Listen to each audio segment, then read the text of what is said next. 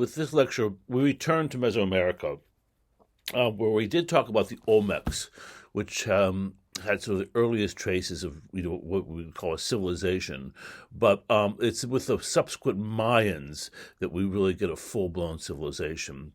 Now, just to remind everybody that this is not a sort of qualitative statement about the people, like they're uncivilized or civilized. It's being used purely in the anthropological sense, and that is that this is where urbanism, the civilization equals urbanism, writing, high social stratification, and as opposed to the hunter-gatherer band societies. And Mesoamerica was one of the hotbeds for the birth of civilization, just like the Middle East, and as we'll see later with the Indus River Valley and in China.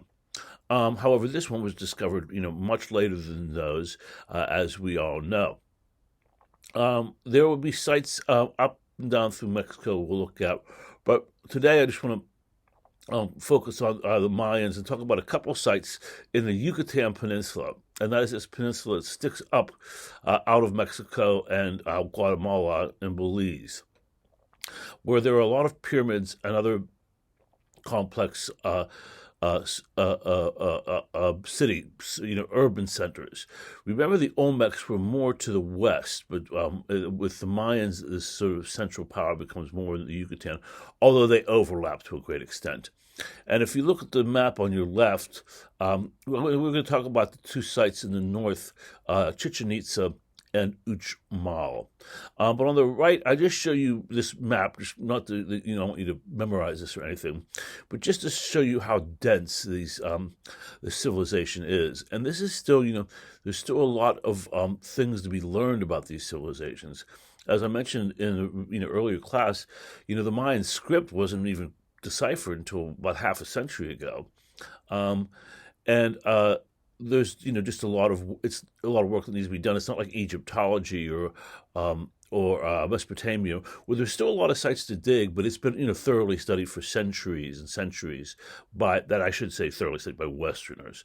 I mean, of course, the Native Americans were familiar with all this all along. Here is the timeline here, the Mayan chronology, and you can see we get we start getting people living in urban centers in this around 2000, 1000 BC, and which was called pre-classic, and then we get into classic and post-classic, and then finally the contact period, which we're all familiar with. Once Columbus made contact, and when Europeans came into the New World, they conquered a lot. They had guns, they had horses, they had diseases, etc., etc. We all know that unfortunate story. But this is the chronology prior to that. And just to remind you, one of the ways we know about a lot of this is by this bishop of Yucatan called Diego de Landa, who wrote a book telling us pretty much majority of what we know, or a lot of what we know, I should say, by his writings. But thanks but no thanks, because this guy at this site of Mani, it collected he forced all the Mayans to bring their textbooks to him, and then burnt them as devil-worshipping texts.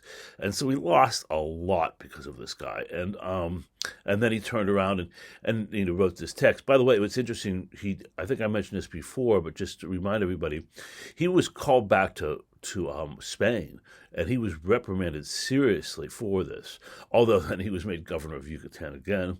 But then he wrote a book sort of describing as much as he could and what he knew, and that has ended up being our primary source. Book burning has never been a good thing, and it never goes anywhere, and it only leads to problems. And unfortunately, this bishop wiped out so much history that we're still trying to relearn it. Now, there are some texts that survived. This one is the famous Popol Vuh, which talks about the the history of the people, their prophecies, their religious uh, behavior, etc. But mostly, their creation myth. And there was two heroes that sort of fought to become in charge, and Hunapu and Shalam Shalanke. I don't know if I'm pronouncing this correctly, but they fight, and then become emperors of the, or, start the tradition of the people, and so that's in the Popol Vuh. There's also, and here's just another version of that. I think I mentioned it called the Dresden Codex. There's like a Dresden Codex, a Madrid Codex, and I think maybe a Paris Codex or something. And they're named after the museums where they were stored. And these were, some of the ones that got preserved because they got shipped back to European museums before Landa got his hands on them. And so we see what they understood astronomically. And then there's these Chilam Balam, which is also have to do with this is mostly history and mythology and religious behavior. Not so much of the origins of the people, but all the sort of scientific knowledge of medicine and astronomy, etc. And so these are are two primary sources. Written sources, that is. Now, there's also the glyphs, the stone glyphs, that is to say, the carved out images that are all over the place. And we've looked at, and we'll look at some more. So it's not that this is just the only thing we have, it's just the only thing we have written down on paper, but I don't think it's paper, whatever it is. So that's just how limited we are. Now, two of the big sites, one of the big sites we're going to talk about today is the site of Chichen Itza, which is a major center in northern Yucatan. And we get these stepped pyramid shapes. Now, I mentioned in an earlier class, and I want to mention it again, because of the pyramid shape, do not make any connection between these people and the Egyptians, or even the Mesopotamians who had step pyramids. What happened is that just when if you want to, with the technology at the time, if you wanted to build big, you only had a couple options, and one was basically a rectangle or square of some sort, and the other is a pyramid. And so pyramids were chosen early on, but that's all there is to it. I want to remind you, too, that these, unlike the pyramids in Egypt, which are tombs, these are not. These are for religious ceremonies. And you can see the people at Kukulkan here, or what's better known as El Castillo, in Chichen Itza. And these, the size of people show these are wonderfully large pyramids. I will say one of the most frightened I've ever been in my life was after I climbed to the top of this, I turned around and looked down, and I realized just how steep the staircase was. It was one of those ones where every step went up like 2 feet, but then where you put your foot only came out like less than a foot.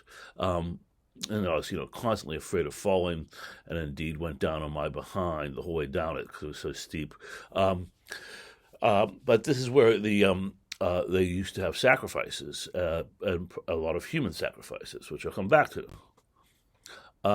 There's just another temple called the Temple to the Warriors at Chichen Itza. It's a big, big, big site. It is like going to an Egyptian site or something. It is a major city. And so this is just, what we call a Temple of the Warriors. Who knows what these temples are really dedicated to? But, well, the specialists of Mayan know it. These are names they're most likely inappropriately given to them. And just here's a plan for the site, just to give you an idea, once again, of the size and the complexity of it. And back to our El Castillo. And you can see this from the front here. They're very, very impressive structures. It shows that they had complex civilizations and where they could force a lot of people to do some sort of work for them. And like we've seen in so many other cultures, virtually all of them, or civilizations in the anthropological sense of the word, religion is what sort of pulls people together and has them build these public structures. Public structures, i.e., being not where people lived, but where people would get together for whatever reason, and religious centers tend to be the first ones that are so built. Now, Chichen Itza's at El Castillo here is a fun pyramid because look at here if we look at the steps from the right here, okay. Now look at that shadow on the bottom of the wall of the stairs, and then look where the light hits it. And this happens at this light happens at a specific time of the day and on certain days. Some of these revolve around vernal equinoxes, etc. But in any case, what happens here is you see how it undulates up and down the lit part, and then it ends with a serpent's mouth or a snake mouth of some sort, and so it looks like a snake coming down the side of it. And here we see the bottom where the mouth is, and so just it was there's iconography to instill a bit of fear. And once again, if it's lit up appropriately, it looks like this. I really don't know if the the Mayans saw it this way, because it looks like it takes some special lighting to get this sort of appearance of it. But who knows? Perhaps they did. I'll come back to those stairwells in a moment. I just want to point out that excavations continue around these sites. They were not; these pyramids were not isolated, but they were parts of larger complexes. However, they stick out for us, and so they're the first things discovered. I remember when I went to Chichen Itza, I crawled up on the top of El Castillo and looked out in the distance, and it's a forest, right? And it's flat as a pancake. But you could see off in the distance triangular shapes like this, structure, but they still had trees growing out of them, so they hadn't been excavated yet. But there's no way anybody missed them.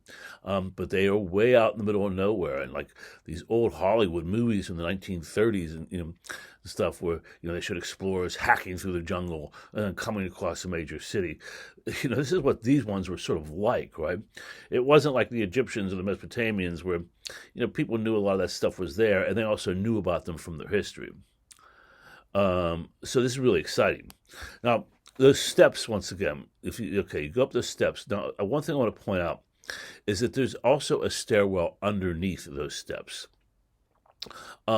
So you can walk up on the outside steps and you get to the top where various religious events occurred. But perhaps if you were special, I don't know who, could get into a door that's on the side of these steps, go up steps that are underneath, which I did when I was there, and I was really frightened because the steps were of these really smooth stone, very wet, and it was very dark, and I was afraid I was going to slip and kill myself. But in any case, you get up to the top, and you have these guys here, which we'll see a few of them, and they're called chalk moles. CHAC space capital MOOL.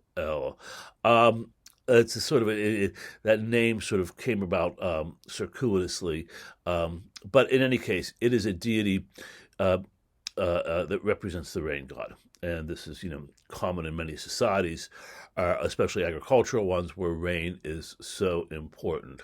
Now let's go to another one, and I'll talk about these a bit more. Here's another chalk mole here. Okay, they're always reclined on their backside and turn out towards us, and then always have this vessel of some sort on their lap. This one's nicely painted. We can see how just colorful the clothing was of the Mayans here. But what were these for? We don't know, specifically, but we think, and there's strong reason to believe, that when human sacrifices occurred, this is where perhaps their hearts or other parts of their bodies were dedicated to the deities, and human sacrifices did indeed occur, and I'll come back to that. But this is common throughout the world, where if you want rain and you want agricultural fertility, you got to sacrifice somebody, and you sacrifice animals, you sacrifice humans. You got to give back to the earth what you take. You give life to the earth, so it will give you life back. As barbaric as we might find that, it's a surprisingly common practice throughout the world history. Here's another example for us. I'm just going to go through some of these. And there's different styles, and specialists work on that. But once again, these are always, or I don't know if always, but most of the time associated with these pyramids. Just another chalk mole here. Just so you know that these guys are very, very common. And if, one thing that does show sort of, a shared culture is religion. Now we think all these cities were city-states on their own. That is to say, politically independent, but they did share this culture of having this, at least, deity amongst a pantheon of deities, but this rain deity that gets depicted quite often. And here we see, I believe it's a site at Toltec. And we see this guy again at the top of the pyramid, and with the statues beside him. So I just want you to be familiar with chalk mole. Once again, we turn to Chichen Itza. I just show you here the Temple of the Warriors. I do want to point out that the one of the interesting agricultural developments here is the use of pillars. One of the things we see in progressions, like for example in Egypt or whatever, is the idea of building structures with just stacked stones, as we see here with the pyramid itself. But then later on, people start to use columns because they use less stone, they can hold up a stone roof, etc., provide more interior space. So they made important, architectural developments. Just some more of these columns. This one is interesting. This is called the Pyramid of the Astronomer. It's not certain why this is, but they thought, these astronomical observations would be done from this. I don't know if it's because that dome looks like a now observatory. I hope not. But they could line up doorways, etc., in order to predict agricultural events. Once again, don't forget that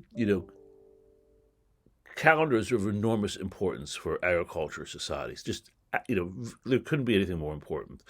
You miss you're late planting your seeds by a couple of weeks, you're screwed for the following year. And so knowing the times and dates, etc., was very important. Also keep in mind that those things are a little bit different for us now. Back then, if you planted a bit too early and then, your crops grew a little bit and then a late freezing came in, they could destroy your crops. And so this is, these calendrical observations are quite important. Now I want to point out this guy. This isn't I should have started with a different image here, but the faces that we're going to see on deity on these buildings that show these deities with these looped noses. You can see on this one the eyes on the upper left and the lower right, but you probably can't make it out quite yet until you see this. Okay, and so we frequently see this deity with this large nose and gnashing teeth, etc., depicted on much of the artwork. And then, of course, we get our ball courts again, which are everywhere. I've discussed that the Ulamun in an earlier lecture, and some of these had slanted walls, some of them are straight. But one of the things we believed happened to a lot of the losers of these games, and including also prisoners of war and other people who just lost in some way or another, is they got sacrificed. And sacrifices were extraordinarily common and done in large numbers by the society. On the bottom, you can't see it that well, but there's just a bunch of heads there in 2 rows. We have this drawing from a book, and we know that they have these things called sompantles, which was just skull racks, where they could show off all the heads. Um, and this could do a lot of things like instill fear, but also show the gods how much you've dedicated to them. Here's just another example of this ramp, and of there would be cities devoted to this sacrifice and the stacking up of the skulls, etc. So a lot of sacrifice went on. There was a while there where, like the generation before me, thought all this stuff was. A lot of people thought it either wasn't true or very exaggerated because it was Westerners coming over and saying this about these people of Mesoamerica and trying to portray them as barbarians. But sacrifices happen throughout the world. They are not alone in this terrible practice, and so these things we now accept are accurately recorded for us. And here we see, a site excavated with these skulls stacked up high, and then on the right we see a piece of artwork that replicates that. So these things were open to the public, and must have been quite gruesome to see them. And you didn't cross the king if you saw that, I am sure. So these are recorded for us. But once again, I don't want you to think that this culture is alone in this sort of behavior. It's all over the world, unfortunately. They also had these interesting geological structures called cenotes. And these are basically sinkholes in limestone. Limestone is an aquifer, as you know, and carries water, and a lot of times, it collapses in these sinkholes. And these were very important for the Mayans, quite frankly, because this is where they killed a lot of people. They would throw the bodies in here for sacrifice to the deities, and it goes down into the earth, so it's symbolically even a stronger sacrifice. It's going straight to the earth. And here's just a drawing of well, actually, I guess this has to be some sort of photogrammetry. But I pointed out is you can see the steps in the bottom, and that's because a lot of times these interiors were built up, so it just didn't go straight down the water. But people would take ladders down into them, and then they would expose larger caverns, and so we see buildings into them. And so this was an important place. Also for these human sacrifices. And here is one replica of the skull. I think I must have cut out the slides, but I wanted to tell you that they made very, very special knives. I'll show you in the next lecture. Very special knives in order to sacrifice these people and then decapitate them and show their heads on a rack. And I'll come back to that in the next lecture.